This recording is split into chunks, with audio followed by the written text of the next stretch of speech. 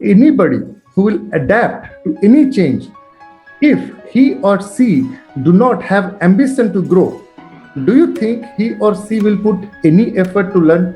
How would you rate yourself in terms of agility as of now? Okay, now agility means desire to learn new things and having the courage to experiment, knowing the fact that experiment may fail 50% of the time. With the probability theory, anything you try, there is a 50% probability that it will fail.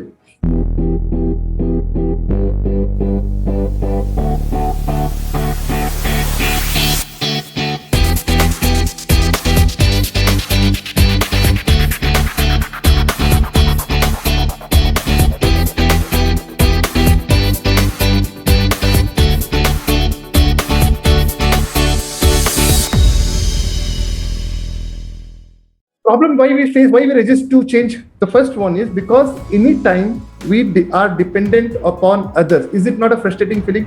Recall your fresher day. You come to office, you do not know anything, you have to be dependent upon somebody to find out time for you for half an hour to explain to you the process.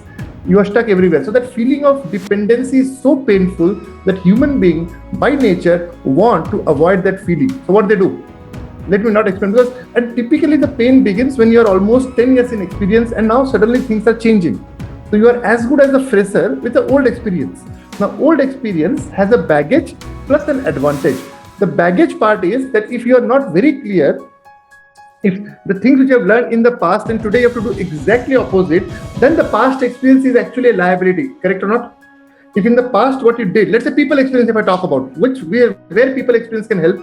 If you are into people business, human being, God is amazing. God has not created any human changes till now. Human behaviors 50 years back and human behavior today. Only thing is trust factor has reduced more because of the people, everybody, the way things are, so much of scams run in market, the trust level has fallen.